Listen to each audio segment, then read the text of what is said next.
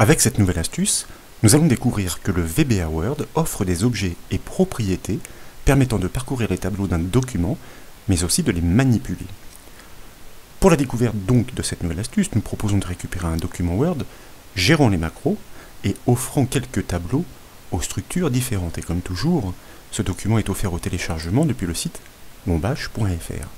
Et donc, nous découvrons un document sobre. Il est constitué de 3 tableaux vierges, comme vous pouvez le voir. Et pour chacun, les nombres de lignes et de colonnes diffèrent. 2 paragraphes de texte sont intercalés simplement pour nourrir la présentation. Pour entrer dans le vif du sujet directement, donc, nous proposons de créer la procédure de code destinée à parcourir ces tableaux. Et pour cela, des variables sont nécessaires, notamment pour mémoriser les nombres de tableaux ainsi que de lignes et de colonnes pour chacun. Donc, je vous invite à réaliser le raccourci clavier Alt F11 de manière à basculer dans l'éditeur VBA Word. Puis, dans l'explorateur de projet sur la gauche, nous allons déployer le dossier module si d'aventure il n'est pas ouvert, puis nous allons double-cliquer sur le module nommé module 1 pour afficher sa feuille de code au centre de l'écran. Et comme vous pouvez le voir, elle est vierge pour l'instant.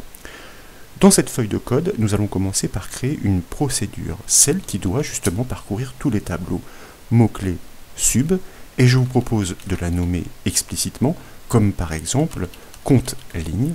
Nous pouvons valider par entrée, si bien que instantanément, grâce à l'éditeur VBA Word, cette procédure est bornée.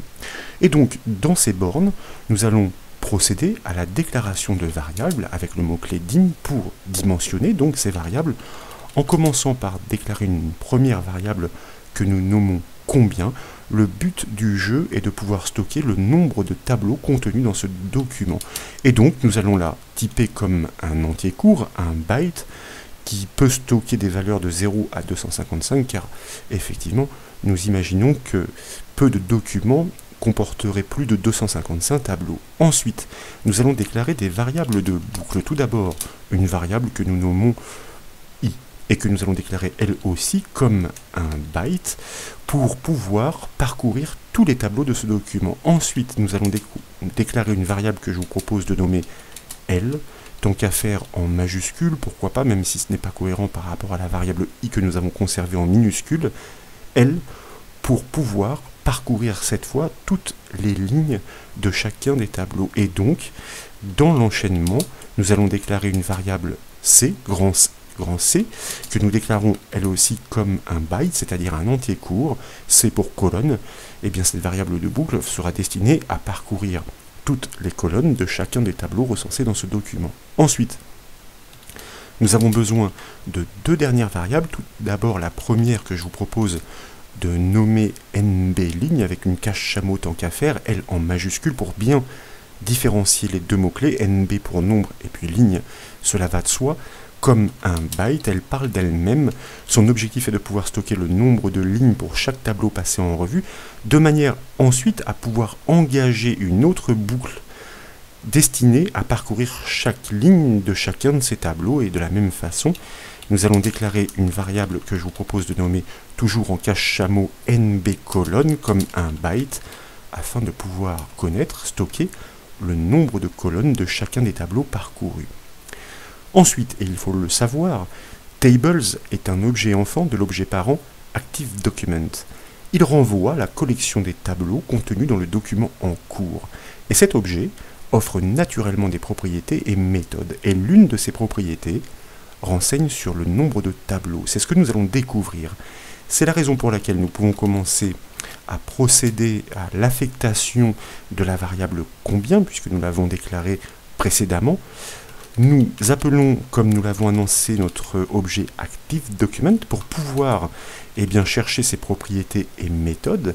Préfixé d'une icône verte, il s'agit bien d'une propriété. En réalité, c'est un objet enfant, Tables, qui renvoie à la collection des tableaux contenus dans le document actif. Et cet objet enfant propose forcément des propriétés et méthodes, donc lui aussi, dont la propriété count, qui parle d'elle-même, qui retourne le nombre de tableaux contenus dans ce document ActiveDocument.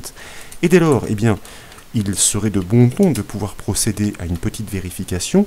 C'est la raison pour laquelle je vous propose, par le biais d'une boîte de dialogue, une fonction MSGBox, eh bien, de retourner cette valeur. On va prendre soin éventuellement de l'encadrer dans un texte explicatif. Par exemple, le document, donc le document en cours, propose eh bien, tel nombre de tableaux, donc la partie statique que nous concaténons avec la partie dynamique combien, et que nous concaténons avec une autre partie statique à inscrire nécessairement entre guillemets tableau, sans oublier bien sûr un espace ici en préfixe pour pouvoir séparer cette valeur numérique du reste du texte, comme ici nous avions pris soin de mettre un espace à l'issue de cette première information statique.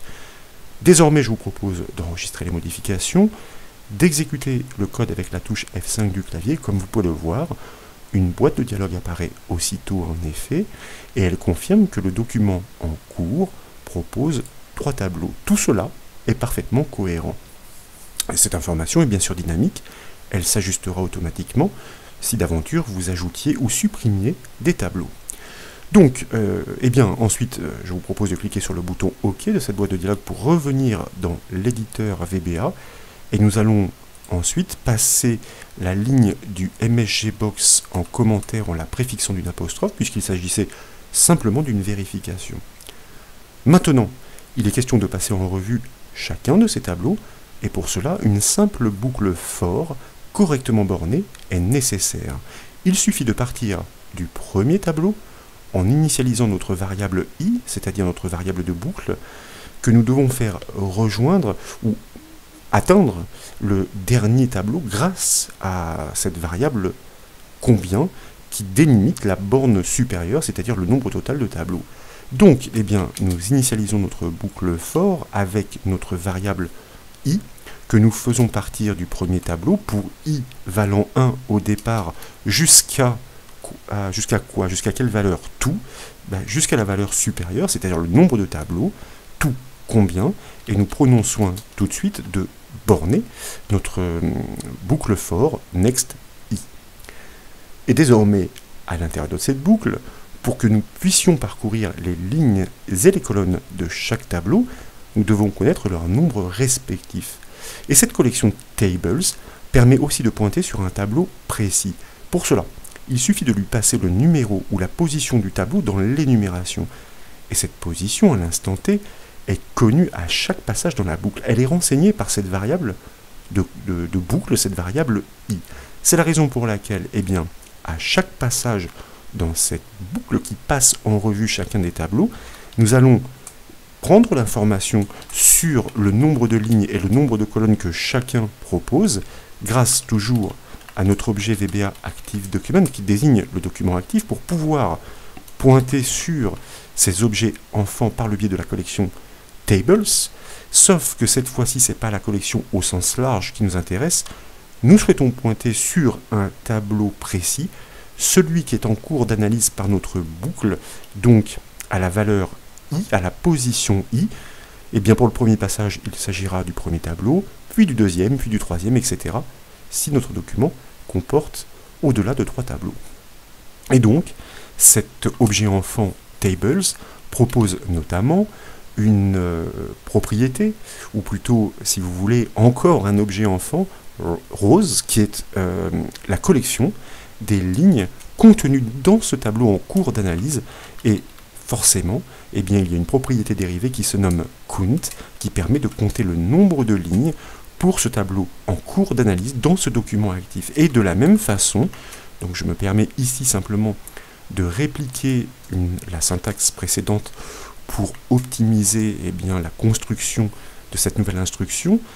Pour connaître le nombre de colonnes, forcément nous allons pointer de nouveau sur le tableau en cours d'analyse, sauf que naturellement, la propriété, ou plutôt la collection, n'est plus rose, mais columns, qui renvoie le nombre de colonnes pour le tableau en cours dans le document actif. Et pour réaliser une petite vérification pas à pas, je vous propose là encore d'exploiter une fonction MSGBox pour pouvoir vérifier que ces résultats sont cohérents.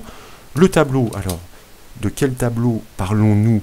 Eh bien, nous allons ici concaténés avec l'information dynamique de la variable de boucle, c'est-à-dire le premier, le deuxième, grâce à la variable i, eh bien, nous souhaitons renseigner sur le nombre de lignes et de colonnes qu'il contient. Je m'aperçois que là j'avais inscrit 2 et commerciaux et donc il ne fallait pas.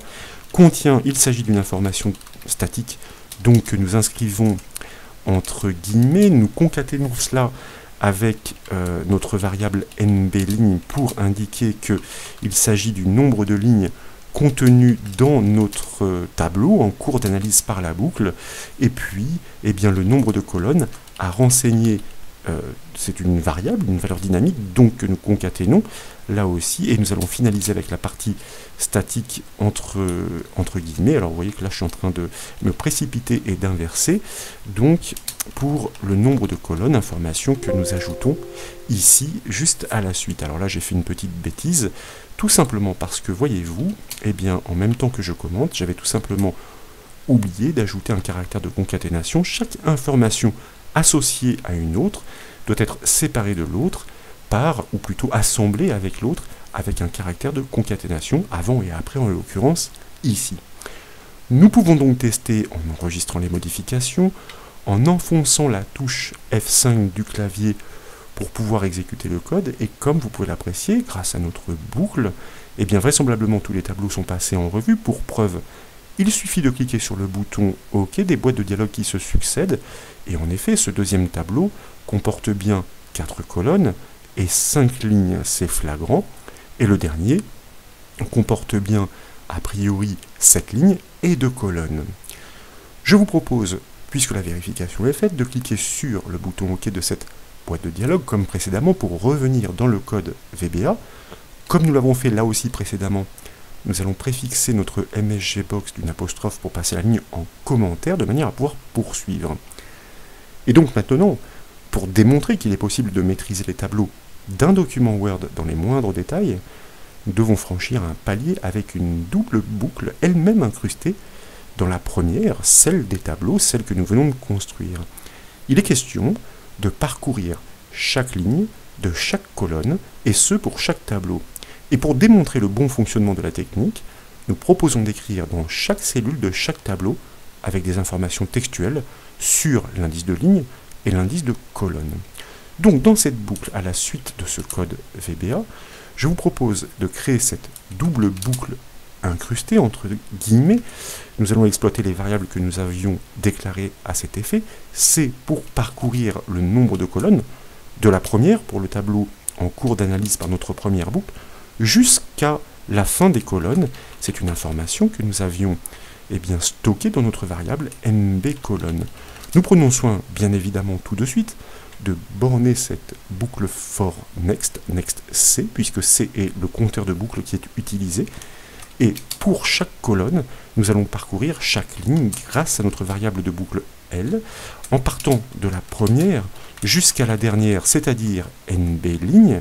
Nous avions pris soin, grâce à la propriété, ou plutôt la collection rows de notre collection tables, de notre objet ActiveDocument, et bien de stocker cette information.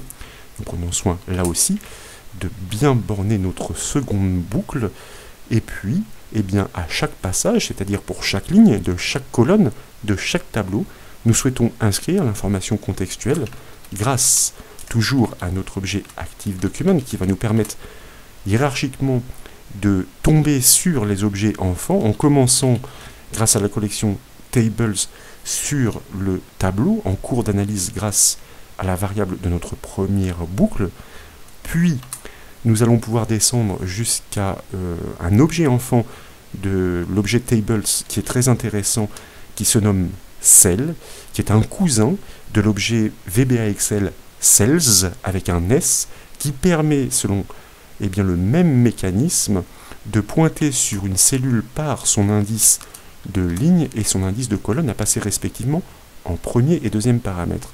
L'indice de ligne, donc avec la variable de boucle L, et l'indice de colonne avec la variable de boucle C.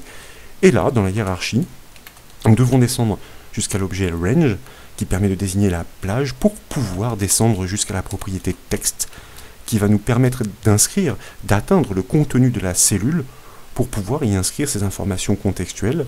Très simplement, ici, je vous propose d'inscrire le L2 point pour dire qu'il s'agit du nombre, ou plutôt de l'indice de ligne, pardon, de la cellule en cours, eh bien, il s'agit de l'indice dynamique renvoyé par cette variable L, que nous allons concaténer avec une information statique de nouveau, donc entre guillemets, pour le nombre de colonnes, donc C2 points, nous fermons les guillemets, que nous concaténons avec cette variable de boucle C qui renseigne sur l'indice de colonne en cours pour le tableau en cours.